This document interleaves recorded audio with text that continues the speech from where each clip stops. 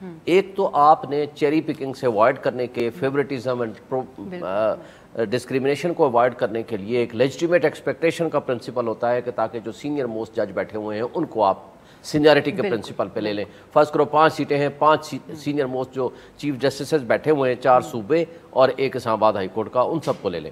دوسرا ایک پرنسپل یہ ہمیشہ مطالبہ بار ایسوسیشنز کا رہا ہے کہ آپ اس کے اندر ایک کام کیجئے، آپ کوئی سٹرکچرڈ قسم کی پالیسی اور یا رولز بنا دیجئے کہ جناب ہم فرسٹ کو اگنور کریں گے، کنسیڈر کریں گے اور اس کرائٹیریا پہ چیک کریں گے، اور اس کرائٹیریا پہ پورا اترے گا ٹھیک ہے، نہیں تو پھر سیکنڈ کو کریں گے، سیکنڈ کی بجائے تھرڈ کو کریں گے، تھرڈ کی بجائے فورتھ کو کریں گے.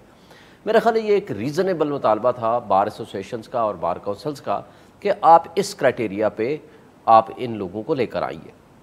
جہاں تک تو اسلام آباد ہائی کورٹ کے چیف جسٹس عطر مد اللہ صاحب کی ایلیویشن ہوئی ہے وہ یونانیمس ہوئی ہے، چونکہ وہ سینئر موسٹ ہے، سب کا اتفاق ہوا، باقی 2 ججز صاحبان پہ اتفاق نہیں تھا. اب جو ڈفرنس آیا ہے بڑا عجیب قسم کا، وہ یہ آیا ہے کہ سابق لا منسٹر صاحب، بلکہ ابھی بھی ہیں، ابھی جب تک ان کا ریزائن ایکسیپٹ نہیں ہوتا، مجھے نہیں پتا ایکسیپٹ ہوا یا نہیں ہوا، لا منسٹر صاحب وہی اور اٹارنی جنرل صاحب بھی وہی، اور ججز بھی وہی، جن کے اوپر پچھلے 2 مہینے پہلے اعتراض لگایا تھا کہ نہیں جناب ان کو ریفیوز کر دیں یا ایڈجن کر دیں یا چلو مؤخر کر دیں جب تک رولز کو ہم بنا نہ لیں. وہی دونوں ممبر صاحبان جو اٹارنی جنرل صاحب اور وہی لا منسٹر صاحب اب جا کر کے اس کے حق میں ووٹ دیتے ہیں کہ نہیں جناب اب ہم بڑے ایگری ہیں اور بہترین فیصلہ جو بھی ہے ہم اس کے ساتھ ایگری کرتے ہیں. اور کوئی چینج بھی نہیں ہوا، نہ کوئی رولز بدلے، نہ کوئی پالیسی بدلی. وجہ کیا ہے آپ کی نظر میں سر اس کی؟ تو ہمیں سمجھ آتی ہے، سمجھ یہ آتی ہے کہ کوئی گورنمنٹ کی یا اسٹیبلشمنٹ کی کوئی ڈیل ہوئی ہوگی جس کے نتیجے میں انہوں نے کوئی فیصلہ اپنا بدلا ہوگا. تو میں سمجھتا ہوں کہ یہ جو چیبے گوئیاں ہو رہی ہیں یہ اسی وجہ سے ہو رہی ہیں کیونکہ اشخاص ججز کے نام بھی وہی ہیں اور وہ اشخاص بھی وہی ہیں. اور پھر اگر ریزائن آپ نے کرنا تھا، بڑے پرنسپل مین ہیں جو کہ یہ ایک خبر بھی چلوائی گی کہ جی یہ ججز ایشو پہ میں نے ریزائن کیا، حالانکہ یہ بات میری انفارمیشن کے مطابق یہ درست نہیں ہے. 2-3 باتیں کی جائے. ایک اور بات میری انفارمیشن کے جو اس طرح بلاول بھٹو نے معافی مانگی، معافی منگوائی گئی یا معافی مانگی، جو وہاں عثمان جہانگیر کانفرنس کے اوپر جو نعرے لگے اور جو انہوں نے یہ کہا کہ جناب جس نے، اب وہ سندھ کی جیل میں بند ہیں علی وزیر صاحب، انہوں نے کہا کہ جنہوں نے رہا کرنا ہے آپ ان کے پاس جا کر نعرے لگائیں. پھر وہاں غلط قسم کے نعرے بھی لگائے گئے جس میں وزیر قانون نے بعد میں ریگریٹ کا بھی اظہار کیا اور معذرت بھی کی. اگر سر شعیب صاحب آپ مجھے اجازت دیں، میں صلاح الدین صاحب سے بھی اس پہ کامنٹ، جو آپ نے اسٹرکچرڈ پالیسی کی بات کی ہے سر، میں ضرور چاہوں گی کہ کیونکہ اب اس وقت تو نہیں ہے ایسی کوئی پالیسی، تو اس وقت کیسے بچا جائے قیاس آرائی سے، کیونکہ پولرائزیشن اتنی ہے کہ سیاسی عدالتی فیصلوں کو بھی بخشا نہیں جاتا اور ججز کے حوالے سے بھی. الدین صاحب آپ سے میں یہ جاننا چاہتی ہوں کہ اب آپ شعیب صاحب کی گفتگو سن رہے ہیں، قیاس آرائی ہے بہت زیادہ کہ وزیر قانون نے کیوں استعفیٰ دیا، لیکن آپ کو کیا لگتا ہے کہ ایسا کیا ہو گیا کہ اتنا بڑا یو ٹرن گورنمنٹ نے لے لیا کہ اصول کے ساتھ کھڑے ہیں؟ 3 مہینے پہلے وہ کہہ رہے تھے اور آج جو ہے وہ وزیر قانون یہ کام کرتے ہیں اور اس کے بعد استعفیٰ بھی دے دیتے ہیں. اس کی کیا وجہ بنی آپ کی نظر میں؟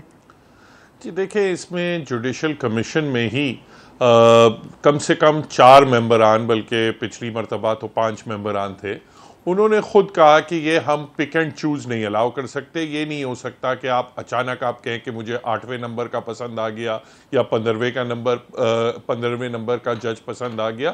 آپ میتھوڈیکلی چلیں، پہلے سارے سینئر موسٹ کنسیڈر کریں، ان میں اگر کوئی خامی ہے تو پھر سیکنڈ تھرڈ، جس طرح شعیب صاحب نے بات کہی. یہی چیز جو اٹارنی جنرل صاحب تھے اشتر اوصاف صاحب اور اعظم نذیر طاہر صاحب لا منسٹر صاحب، دونوں نے یہی بات کی اور انہوں نے کہا کہ باقاعدہ اس پہ رولز فریم کریں، اس کے بعد نئی تعیناتیوں کی طرف جاتے ہیں. 2 مہینے بعد اچانک یو ٹرن کیوں آیا یہ تو وہی بتا سکتے ہیں، مگر ایک چیز ہے جس سے ڈیفینیٹلی روشنی اس سارے ایشو پہ ڈالی جا سکتی ہے. جب انوگریشن آف جوڈیشل ایئر ہوا تھا تو چیف جسٹس آف پاکستان صاحب نے یہ فرمایا تھا کہ یہ جو اٹارنی جنرل صاحب کا اور لا منسٹر صاحب کا سٹینڈ تھا یہ کوئی بھی کسی بھی اصول پہ مبنی نہیں تھا، بلکہ وہ ان کی ریزنٹمنٹ تھی کہ کچھ حکومت کے خلاف فیصلے کیے جا رہے ہیں. تو اب پتہ نہیں, اب ہم اسپیکولیٹ ہی کر سکتے ہیں, مگر شاید اب اٹارنی جنرل اور لا منسٹر صاحب کی ایکسپیکٹیشن چینج ہو گئی ہے کہ شاید کوئی ان کے حق میں فیصلے کیے جائیں گے یا کیے جا رہے ہیں. تو یہ چیز جو ہے, یہ ان بیانات کو آپ ساتھ میں اس یو ٹرن کے ساتھ جب جوڑتے ہیں تو ایک ڈیفینیٹلی ایک اسپیکولیشن کی کاز تو بنتی ہے. دوسری بات میں ڈیفینیٹلی شعیب شاہین صاحب کی بات سے کی بھی تائید کروں گا کہ اگر اس ایشو پہ استعفیٰ, دیکھیں باقی تو اسپیکولیشن ہے کیوں استعفیٰ دیا گیا یا نہیں دیا گیا, مگر اگر استعفیٰ دینا تھا آن اے پوائنٹ آف پرنسپل تو وہ ان ججز in out of turn promotion سے پہلے استعفیٰ دیتے. وہ کہتے کہ میرا ضمیر نہیں مانتا کہ میں اپنے یہ اس قسم کا یو ٹرن لوں اور اس لیے میں استعفیٰ دے رہا ہوں, آپ کسی اور ایسے لا منسٹر کو اپوائنٹ کر دیں جو آپ کے حکم پہ چلنے پہ راضی ہو, میں اپنے پوائنٹ آف پرنسپل کے ساتھ کھڑا ہوں. مگر یہ کہ آپ جا کے جونیئر جج آپ اپنا کمپلیٹ یو ٹرن لیں, آؤٹ آف ٹرن ایلیویشنز کو انڈورس کریں اور پھر کہ میں استعفیٰ دے رہا ہوں, میں سمجھتا ہوں یہ مناسب نہیں تھا. میں صلاح الدین صاحب ایک چیز اور بھی, اور آپ نے بڑا ایک یہ پرٹیننٹ پوائنٹ ریز کیا کہ جو معزز چیف جسٹس نے سال کے جو آغاز میں, سال نو کے آغاز میں جو تقریر کی تھی اس میں انہوں نے بڑے واضح الفاظ میں کہا تھا کہ اس لیے حکومتی لوگوں نے, اٹارنی جنرل نے اور وزیر قانون نے اس کی مخالفت کی ہے کیونکہ پنجاب میں کچھ کیسز میں ریلیف نہیں ملا تھا پہلے نون لیگ کو. اب ہم حکومت سے ضرور آنے والے دنوں میں سوال ریز کریں گے کہ اب کیا ہوا جو راضی ہوئے ووٹ دینے پہ. میں صلاح الدین صاحب اس پہ بھی ایک کامنٹ کر دیجیے گا کہ جو پچھلا اجلاس ہوا اس میں جو ریجیکٹ کیا گیا تھا تو وہ آئینی طور پہ اس کی پھر کیا اہمیت ہے اس وقت؟ دیکھیں میں سمجھتا ہوں کہ اگر کسی کینڈیڈیٹ کو ریجیکٹ کیا جائے تو جب تک سرکمسٹانسز نہ چینج ہوں, بھئی یہ ہو سکتا ہے کہ سینیورٹی میں چینج آ گیا ہو, کوئی نئی ویکنسیز آ گئی ہوں ایٹسیٹرا, تو تب آپ ڈیفینیٹلی آپ ریکنسیڈر کریں, مگر آپ ریکنسیڈر کر سکتے ہیں. مگر اگر سرکمسٹانسز بالکل وہی کے وہی ہیں, کوئی چینج نہیں آیا پچھلے 2 مہینوں میں, تو پھر ایک بار اگر جوڈیشل کمیشن نے اپنی وزڈم میں کسی کینڈیڈیٹ کو ریجیکٹ کیا ہے اس وقت, تو آپ فوری طور پہ ان کو نامنیٹ نہیں کرنا چاہیے. اب دیکھیں دوسری ایک دوسرا جو ایشو ہے, بات کی گئی پولرائزیشن کی. دیکھیں ایک جو بڑا ایک پازیٹیو جو سٹیپ ہوا, اطہر من اللہ صاحب کی ایلیویشن ہوئی, آپ نے دیکھا وہاں 9-0 کمپلیٹ یونینیمٹی تھی, سب نے کہا یہ سینئر موسٹ بھی ہیں, اس قابل بھی ہیں, ان کو بنا دیا جائے. میں سمجھتا ہوں کہ یہ جو ساری کنٹروورسی ہے, آپ دیکھیں پچھلی چند جتنی بھی اپوائنٹمنٹس ہوئی ہیں یا 5-4 سے اپروو ہوتی ہیں یا 5-4 سے ریجیکٹ ہوتی ہیں, وہ صرف اس لیے ہوتی ہیں کیونکہ ہمارے سکسیسو چیف جسٹسز بضد ہیں کہ ہم نے سینئر موسٹ کو نامنیٹ نہیں کرنا. میں آپ کو واضح طور پہ بتا رہا ہوں کہ اگر سندھ سے کم اگر senior most, second senior most کو نامنیٹ کیا جائے تو اگر 9-0 نہیں تو کم سے کم 7-2 یا 8-1 کی میجورٹی سے پاس ہوں. مگر کیونکہ نیچے سے لوگوں کو سلیکٹ کیا جاتا ہے, آپ ان لوگوں کو بھی جو بھی اپنی رائٹ میں بڑے اچھے ججز ہیں, بڑے قابل ججز ہیں, مگر آپ ان جونیئر ججز کو بھی کنٹروورشل کرتے ہیں, چاہے وہ سلیکٹ ہوں یا وہ ریجیکٹ ہوں, آپ ان کو بلا وجہ یہ کنٹروورشل بناتے ہیں چونکہ آپ ان کے سینئرز کو کنسیڈر کرنے کے لیے تیار ہی نہیں ہیں. پھر نظام انصاف کے حوالے سے بھی باتیں ہوتی ہیں. اب شعیب صاحب آپ کا ایک کوئک کامنٹ اس پہ جاؤں گی میں, جو جسٹس فائز عیسیٰ نے بات سامنے رکھی ہے اس کو آپ کیا سمجھتے ہیں؟ انہوں نے کہا کہ شخصیات کے بارے میں ضرور تنقید کی جائے. اب اگر اس کو ہم انہوں نے کہا ادارے کے اوپر نہ کی جائے, اب اگر ہم ادارہ عدلیہ کے حوالے سے دیکھ لیں اسی بیان کو ان کے, تو پھر شخصیات کے اوپر تنقید کی تو گنجائش نہیں ہوتی کہ جس وقت وہ سرونگ ججز ہوتے ہیں, بعد میں جو تنقید کی جاتی ہے. ہم نے دیکھا کہ اگر کسی نے ایکٹیویزم بہت زیادہ کی ہے, جسٹس ثاقب نثار کے حوالے سے, افتخار چوہدری صاحب کے حوالے سے بہت باتیں ہوئیں, تو اس وقت تو پھر فائدہ نہیں ہے بعد میں بات ہونے کا. تو آپ ان کی اس بات سے اتفاق کرتے ہیں جو انہوں نے کہی ہے؟ کچھ باتیں تو انہوں نے بہت اچھی کی ہیں. ان پرنسپل اگر ہم جائیں کہ جی آپ کے فرض کرو 17 ججز ہیں, اگر ایک جج غلطی کرے تو پورے ادارے کو کیوں آپ غلط کہتے ہیں؟ لیکن یہاں میں ان سے اس حوالے سے اختلاف کروں گا. آپ اگر دیکھو وہ جو مولوی تمیز الدین والا کیس تھا, اس میں بھی جسٹس کارنیلس نے اختلاف کیا تھا اور 4 ججز نے ان فیور آف وہ نظریہ ضرورت کے حق میں فیصلہ دیا, تو پھر ادارے پہ تو بات آئے گی. اچھا دوسری بات, جب پوری کی پوری فرض کرو فوج مارشل لا لگا دیتی ہے تو پھر ادارے پہ تو بات ہوگی. آپ ایک بندے کو کیسے آپ کہیں گے کہ ایک بندہ تو مارشل لا نہیں لگاتا؟ تو پھر ادارے پہ بات ہوگی. پھر 17 کے 17 ججز یا 15 یا 18 یا 9 جو بھی بندے جج بیٹھے ہیں, سارے کے سارے نہ صرف یہ کہ کانسٹیٹیوشن کو ایبروگیٹ کرنے والوں کو کہتے ہیں کہ آپ نے ٹھیک فیصلہ کیا ہے, نمبر 2 آپ کو کانسٹیٹیوشن میں امینڈمنٹ کا بھی اختیار ہے. تو پھر آپ ایک ایک ججز کا نام لے کے آپ تنقید کریں گے, پھر تو آپ پورے ادارے کی بات کریں گے. تو ہاں یہ افتخار چودھری صاحب کی موومنٹ کے بعد کچھ چیزیں چینج ہوئیں, لیکن اس کے بعد بھی آپ اگر دیکھیں گے کلیکٹیو ڈیسیژن اگر آپ غلط لیں گے, دیکھیں جب کلیکٹیو ڈیسیژن غلط لیں گے تو پھر آپ کیا کریں گے, اور آپ کہتے ہو کہ ایک شخص کا نام اگر لیں گے تو وہ توہین عدالت نہیں ہوگی. تو بھائی yہاں تو عمران خان صاحح نے کھڑے ہو کے صرف یہ کہا کہ میں لیگل ایکشن لوں گا, اگلے دن اس کی ایسا اس کے ساتھ ہوا. جسٹس بیرسٹر صلاح الدین صاحب بھی آئے, منیر ملک صاحب ہمارے امائکس تھے, اور بڑا معافی مانگ کے ہم نے جان چھڑوائی ان کی. کوشچن یہ تھا کہ جب آپ ایک شخص کہتا ہے میں لیگل ایکشن لوں گا تب بھی آپ توہین عدالت لگاتے ہیں. اگر وہ کسی کا نام نہیں لیتا اور اگر وہ صرف اور صرف ایک شخص کا نام لے کے کہتا ہے جی فلاں جج صاحب آپ نے یہ غلط کیا ہے, اگلے دن توہین عدالت سے زیادہ بڑی مصیبت میں پھنس جائیں گے. ہمارے لیے بہت انڈیپینڈنٹ قابل جج ہیں قاضی فائز صاحب, اس کو بچائے گا کون؟ دیکھیں وہ تو پھر آپ تک پہنچتے پہنچتے پتہ نہیں کتنی جگہوں سے وہ فارغ ہو کے آ چکا ہوگا. تو لہٰذا ہمارے ہاں ہم ہمیشہ یہ کہتے ہیں کہ ججز کو اپنے فیصلوں سے اپنی عزت کو بڑھانا چاہیے, نہ کہ توہین عدالت کے تنقید بھی ہو تو فری ہو تو فیصلوں کے اوپر میرٹ کی بنیادوں کے اوپر ہو, شخصیات کی خوش دلی سے قبول کرنا چاہیے. میں بھی جب ہم یہ پروگرام کر رہے ہیں تو عمران خان صاحب نے چیئرمین پی ٹی آئی انہوں نے آخرکار اعلان کر دیا اپنے لانگ مارچ کا. انہوں نے کہا کہ جمعے سے یہ لانگ مارچ شروع ہو جائے گا. اب اس کے اراؤنڈ بات چیت کرتے ہیں. میرے ساتھ اسلام آباد اسٹوڈیو میں فاروق حبیب صاحب ہیں, آپ رہنمائے تحریک انصاف کے, سینیٹر عفنان اللہ خان صاحب بھی ہمارے ساتھ ہیں, رہنما مسلم لیگ نون. آپ دونوں کا بہت شکریہ. آغاز فاروق صاحب آپ سے کرتی ہوں. اب خان صاحب نے اس کا اعلان بھی کر دیا, باقاعدہ طور پہ انہوں نے بتایا بھی کہ ان کو کہا یہ جا رہا تھا کہ مشکل وقت میں اعلان کر رہے ہیں, لیکن وہ عوام کو بتانا ضروری ہے کہ کیوں یہ لانگ مارچ ہوگا. لیکن کل میں رانا ثناء اللہ صاحب کو سن رہی تھی, باقی تو کنٹینر لگنا اور وہ ساری چیزیں تو ایک طرف ہے, وہی کہہ رہے تھے کہ عمران خان صاحب دعوے کر کے پھنس گئے, اب ان کو کچھ کرنا تو ہوگا. تو اب آپ لوگوں کا طے ہے یہ بات کہ الیکشن لے کر ہی اٹھیں گے لانگ مارچ سے؟ دیکھیں یہ تو ہمارا بڑا واضح ہے, بنیادی طور کے اوپر ہمارے اوپر عوام کا بہت بڑا دباؤ ہے. لوگ جو ہیں اس امپورٹڈ حکومت کی جو کارکردگی ہے اس سے بالکل ناخوش ہے.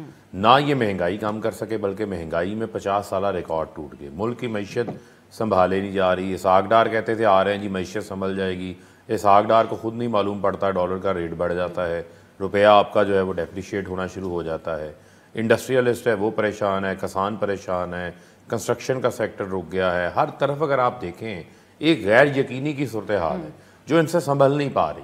ہم جب پبلک میں جاتے ہیں, عوام میں جاتے ہیں, ابھی میں ضمنی الیکشن میں تھا, فیصل آباد میرے حلقے میں الیکشن ہو رہا تھا, ہمیں لوگ بار بار یہ سوال پوچھتے تھے کہ آپ ان کو موقع کیوں دے رہے ہیں, آپ باہر کیوں نہیں نکلتے, ہم آپ کے ساتھ باہر نکلنا چاہتے ہیں. جو بجلی کے بل لوگوں کے پاس آئے ہیں وہ لیڈر لیس احتجاج کیے ہیں افسر لوگوں. لانگ مارچ سے کیا فائدہ؟ لانگ مارچ دیکھیں اسلام آباد کو تینوں طرف سے آپ بند کر سکتے ہیں, دونوں طرف سے آپ بند کر سکتے ہیں, اس سے کیا فائدہ ہوگا؟ دیکھیں بنیادی طور کے اوپر ایک جو ڈیموکریٹک فورس ہوتی ہے اس کے پاس اپنے مطالبات کو منوانے کے لیے کیا حل ہوتا ہے. ایک حل ہے یہ کہ آپ اسمبلی میں چلے جائیں, اسمبلی میں بات کریں, لیکن یہ اسمبلی میں بات سننے والے نہیں ہے. جس قسم کی اسمبلی میں انہوں نے لوٹا ساز فیکٹری بنائی, چھانگا مانگا کی منڈیاں لگائیں, اس اسمبلی کو پولیوٹیڈ کیا, جہاں راجہ ریاض جیسے لوگوں کو اپوزیشن لیڈر بنا کے بیٹھے ہوئے ہیں, اسمبلی میں ہم نہیں جا رہے. اس کے علاوہ ہمارے پاس ہمارا ڈیموکریٹک رائٹ ہے, رائٹ ٹو پروٹیسٹ ہے, ہم سڑکوں کے اوپر ہیں, پرامن ہمارا احتجاج ہے, لانگ مارچ کی ہم نے کال دی ہے.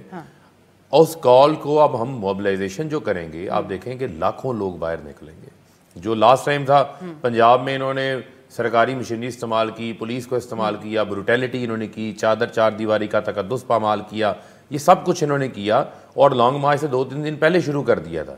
اب پنجاب میں ان کی حکومت نہیں ہے, وہاں یہ کام یہ نہیں کر سکتے, لہٰذا وہاں سے بھی میس موبلائزیشن ہوگی, کے پی کے سے بھی ہوگی. پنڈی اسلام آباد دونوں جڑواں شہر ہیں, یہاں سے آلریڈی ہماری تیاری مکمل ہے. اب یہ اس کو فیس کریں, یہ پبلک کے پریشر کو بھی فیس کریں. ہم نے تو ان کو کہا کہ آپ آ جائیں. میں یہ آپ سے ضرور جاننا چاہوں گی کہ اس کا نتیجہ کیا نکلے گا. جو اس وقت یہ بھی بات ہو رہی ہے الیکشن سے آپ ہٹ جائیں گے, مذاکرات اور بات چیت کا نتیجہ ایک تو کیا ہے؟ ہمارا لانگ مارچ کا بنیادی مقصد کیا ہے یہ تو میں نے آپ کو بتا دی, جو ایشوز ہیں پبلک تک. مقصد ہے ہمارا فل فار فوری صاف شفاف انتخاب. یہ اب افنان صاحب یہ ان کے پاس موقع بھی ہے, یہ آ جائیں بیٹھ جائیں, آج اناؤنس کر لیں کون سی تاریخ کو انتخابات ہوں گے. افنان صاحب واضح پیغام دے رہے ہیں فاروق صاحب, وہ کہتے ہیں لاکھوں لوگوں کو لے کے آئیں گے. یہ بھی بات ہمارے سامنے واضح ہے کہ پنجاب میں ان کی حکومت, خیبر پختونخوا ان کا, کشمیر اور گلگت سے بھی لوگوں کو لانے کی مربور صلاحیت رکھتے ہیں. تو آپ لوگ تیار ہیں مقابلہ کرنے کے لیے, یا پھر کوئی بات چیت ہو چکی ہے, کوئی الیکشن اناؤنس ہو جائے, یا پھر کوئی دوسرا رستہ؟ جی بسم اللہ الرحمن الرحیم. دیکھیں پی ٹی آئی جب سے پاکستان کی سیاست میں ان کا ظہور ہوا ہے تب سے یہ کبھی آزادی مارچ ہو رہی ہے, کبھی کوئی حقیقی آزادی مارچ ہو رہی ہے, کبھی کوئی اور مارچ ہو رہی ہے. یہ 2013-14 سے یہ سلسلہ چل رہا ہے جب سے ان کو تھوڑی سی طاقت ملی ہے, اور یہ مسلسل ایک ڈی اسٹیبلٹی فیکٹر ہے پاکستان کی سیاست کے اندر. یہ اپوزیشن میں تھے تو یہ ڈی اسٹیبلٹی کریٹ کرتے تھے 2013 سے 2018 میں. یہ حکومت میں آئے, انہوں نے اپوزیشن کو ملائن کیا, جھوٹے کیسز بنائے, میڈیا کا گلا گھونٹا, ججز کو جو ہے اٹھا کے ان کے خلاف جھوٹے کیسز بنائے. تو یہ اس وقت بھی انہوں نے ڈی اسٹیبلٹی کریٹ کی. یہ فنڈامنٹلی ڈی اسٹیبلٹی فیکٹر. یہ ایک کیا کہتے ہیں انتشار پھیلانے والی جماعت ہے جن کا کام ہی صرف ملک کے اندر انتشار پھیلانا, سوشل میڈیا کے اوپر گالیاں دینا, اپنے مخالفین کو کیا کہتے ہیں برا بھلا کہنا. اس کے علاوہ ان کا کوئی اور ایجنڈا ہے ہی نہیں. ان سے آپ پوچھیں, ان کے پاس نہ کوئی فائنانس منسٹر ہے اپنا, نہ ان کے پاس کوئی ایجنڈا ہے. کہ ان سے پوچھیں 4 سال میں پنجاب میں کیا کیا, 9 سال پختونخوا میں کیا کیا, کوئی نہیں بتائے, کوئی ہے ہی نہیں. افنان صاحب آپ نہیں سمجھتے کہ اب آپ بہت ساری یہ والی جو باتیں کر رہے ہیں یہ ذرا آؤٹ ڈیٹڈ ہو گئی ہیں؟ آپ کے وزیر قانون نے کل کیوں استعفیٰ دے دیا یہ کسی کو معلوم نہیں. مفتاح صاحب کو کن بیسس کے اوپر نکال دیا گیا, جن کی پہلے مشکل فیصلوں کی تعریفیں ہوتی رہیں, کسی کو معلوم نہیں. اور ڈار صاحب کیسے آ گئے. پھر آپ جھوٹے کیسز کی بات کر رہے ہیں, آج کل دہشت گردی کے کیسز بن رہے ہیں آئے روز, اس دن کم از کم 7 کیسز یہاں پر رجسٹر ہوئے ہیں. میڈیا کی قدغنوں کی آپ بات کر رہے ہیں, اس وقت بھی میڈیا انڈر اٹیک تھا, اور آج میڈیا گرفتار بھی ہو رہے ہیں. اینکر یہ شکوہ پی ٹی آئی کی طرف اور کچھ صحافیوں کی طرف سے سامنے رکھا جاتا ہے. تو آپ کو فرق نہیں ہے ان دونوں چیزوں کے اندر, حالات و واقعات میں کوئی خاص فرق نظر نہیں آتا؟ نہیں, وہ آپ کو اگر نظر نہیں آ رہا تو میں کچھ نہیں کر سکتا. اگر آپ میڈیا فریڈم کی رینکنگ اٹھا کے دیکھیں تو عمران خان کے دور میں پاکستان کی رینکنگ بہت زیادہ خراب ہوئی. اگر آپ ٹرانسپیرنسی انٹرنیشنل کی کرپشن پرسیپشن انڈیکس کی ریٹنگ اٹھا کے دیکھیں, بہت زیادہ کرپشن, ہمارے 23 ملکوں سے زیادہ ہم کرپٹ ہو گئے. تو اس کے بعد اگر کسی کو نہیں نظر آ رہا تو میرے پاس تو اس سے کوئی علاج نہیں ہے. بات یہ ہے کہ یہ ایک فاسسٹ پارٹی ہے جس کا ایک ایجنڈا ہے کہ پاکستان میں انتشار پھیلاؤ, پاکستان کے اندر جو ہے وہ گالی گلوچ ہو. آپ یہ دیکھیں کہ ان کا سوشل میڈیا اور ان کی سب سے بڑی اسٹرینتھ جو ہے وہ صرف گالی ہے. یہ دن رات لوگوں کو گالیاں دینے کے علاوہ ان کو کوئی کام ہی نہیں کرنا آتا. یہ لوٹا بنانے کی باتیں کر رہے ہیں. یہ بتائیں کہ عمران خان کی آڈیو لیک ہوئی ہے جس کے اندر وہ کہہ رہا ہے کہ 6 بندے تو میں نے لے لیے ہیں اور میں 6 اور بھی لے لوں گا. یہ مطلب آپ منافقت کا لیول چیک کریں کہ خود خرید رہے ہیں بندے اور دوسروں پہ الزام لگا رہے ہیں. مریم نواز صاحبہ نے جو بیان دیا اس پہ بڑا ریاکشن آ رہا ہے اور بڑا غم و غصہ بھی پایا جا رہا ہے. اب فاروق صاحب آپ ایک بات کہیے گا, یہ معاملہ جس طرف میں افنان صاحب کی طرف لے کے جاؤں گی, ارشد شریف صاحب کا جو معاملہ ہے اس کے اوپر آج کی 2-3 خبریں ہیں. ایک تو D G S P R نے ان کو بڑا بھرپور ٹریبیوٹ پیش کیا اور انہوں نے کہا کہ, اور بڑی سخت جو پاک فوج ہے اس نے مطالبہ کیا بڑی سخت طریقے سے کہ اس کی تحقیقات کی جائیں. حکومت کو باقاعدہ خط لکھا گیا ہے. Prime minister of Pakistan Shehbaz Sharif صاحب نے اس کے حوالے سے جوڈیشل کمیشن بنانے کی بھی بات کی. ان کا یہ معاملہ جیسے ہی وہ واپس آتے ہیں کیبنٹ کے سامنے رکھا جائے گا اور ہر طور پہ اس کے اوپر ہونی چاہیے. لیکن عمران خان صاحب نے بھی اس دوران آ کے یہ بات کی, کیونکہ ہم میڈیا میں بہت غم و غصہ ہے, آپ تمام حلقوں میں پاکستان کے اس وقت ارشد شریف صاحب کا جس بے ایمانہ طریقے سے قتل ہوا اس کے اوپر ہے. لیکن آپ نہیں سمجھتے کہ اب یہ ایک پیج پہ آ چکے ہیں سارے, یہ پرائم منسٹر صاحب نے بھی جوڈیشل کمیشن کی بات کر دی اور سنجیدگی دکھائی, آپ سمجھتے ہیں؟ دیکھیں بات یہ ہے کہ افسوس ہوتا ہے اس چیز کے اوپر کہ ارشد کو فورس ہی نہ کیا جاتا ملک چھوڑ کے جانے کے حوالے سے. اس کے اوپر جو دباؤ تو یہیں سے تھا.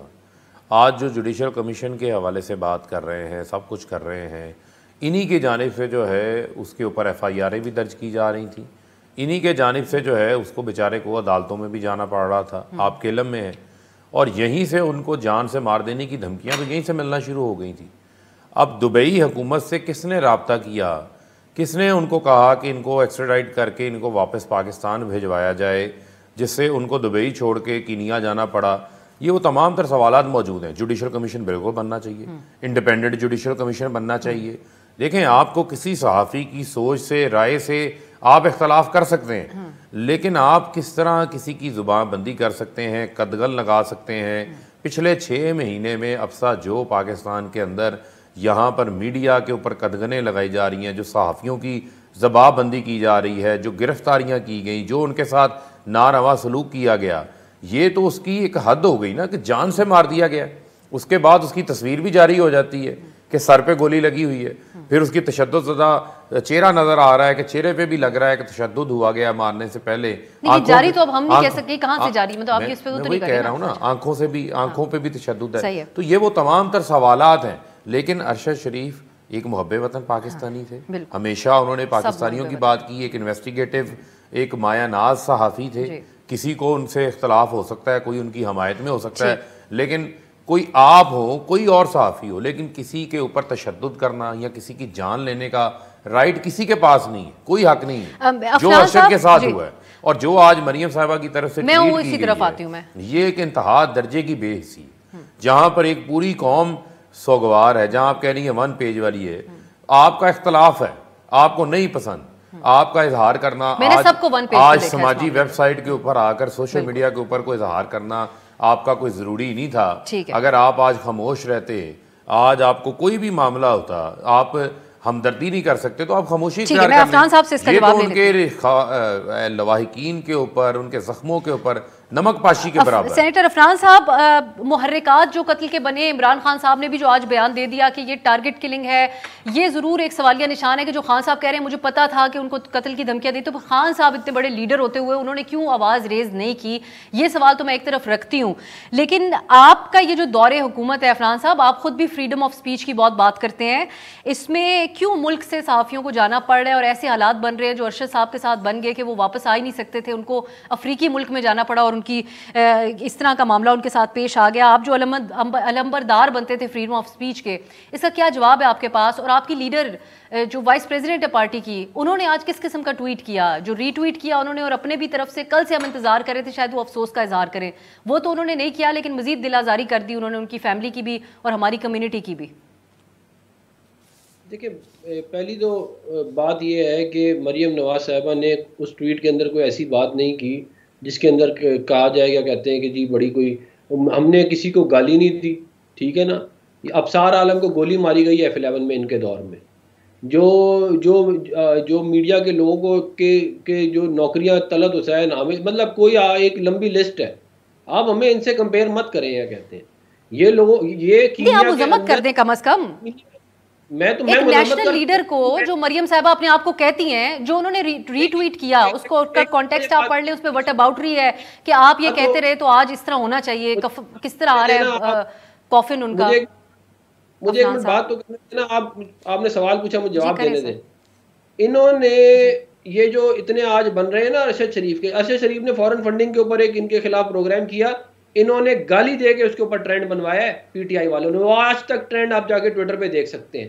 میں وہ اتنا گندا ٹرینڈ ہے کہ اس کا ارشد ڈیش شریف اس کا وہ ہے، آپ جا کے دیکھ لیں اگر آپ کو یقین نہیں آتا. یہ آ کے بھاشن دے رہے ہیں دوسروں کو آزادی صحافت کے اوپر، بیگم کلثوم نواز کے اوپر. یہ کہتے ہیں ان کے جو ہسپتال تھا اس کے اندر گھس گئے یہ لوگ.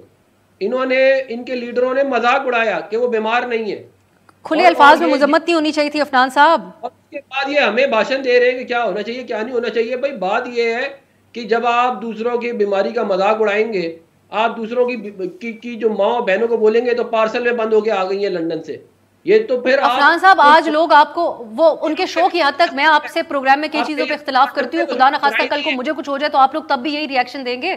میں آپ سے سوال صرف یہ، میرے پاس وقت ختم ہو گیا، آپ کوئکلی یہ بات کہہ دیں کہ انہوں نے، ان کے نیچے لوگوں نے جواب دیے ہوئے ہیں. عفران صاحب، آپ کے والد صاحب جب بیمار تھے اس پہ بھی انہوں نے بڑا، اس پہ بھی ارشد صاحب نے ان کو لکھا تھا، ان کے لیے نیک خواہشات، کلثوم صاحبہ کے حوالے سے بھی لکھا تھا، مریم صاحبہ کے بھی. ارشد شریف کے اوپر کچھ میں نے سب سے پہلے اس کا کہا ہے کہ تحقیق کرائی جائے. میں یہ چاہتا ہوں کہ تحقیق ہونی چاہیے. میں اس کے بالکل یا کہتے ہیں حق میں نہیں ہوں کہ کس طرح کسی بھی صحافی کے ساتھ. تو میں تو یہ کہہ ہی نہیں رہا. میں نے یہ کہا ہے کہ دوسروں کے کو یہ جس طرح دوسروں کے بارے میں بولنے سے پہلے انسان کو یہی بولا ہے نا ہم نے اس میں کیا برائی ہے کہ چلیں آپ بہرحال میں ایکسپیکٹ بھی نہیں کرتی تھی کہ سینیٹر صاحب آپ اپنی پارٹی وائس پریزیڈنٹ کی پوائنٹ آف ویو سے مختلف بات، یقینی طور پہ آپ نے سب سے پہلے کنڈیم بھی جن شخصیات نے کیا ان میں آپ بھی شامل تھے، اور میں یقین سے کہہ سکتی ہوں کہ سبھی لوگوں کو ایک جیسا دکھ ہے یہ جو افسوسناک واقعہ ارشد صاحب کے ساتھ پیش آیا. بہت شکریہ فاروق حبیب صاحب، سینیٹر عفنان اللہ خان صاحب. ناظرین، جوڈیشل کمیشن اب اگر بنتا ہے آنے والے دنوں میں تو یہ کہا جا رہا ہے اس میں انسانی حقوق کے بھی نمائندے شامل ہوں گے اور میڈیا سے بھی شامل ہوں گے. امید کرتے ہیں کہ یہ معاملہ آگے جو ہے اس طرف ہی جائے کہ کچھ تحقیقات اور حقائق ہمارے سامنے آ سکیں. آج کے لیے اجازت دیجیے، خدا حافظ.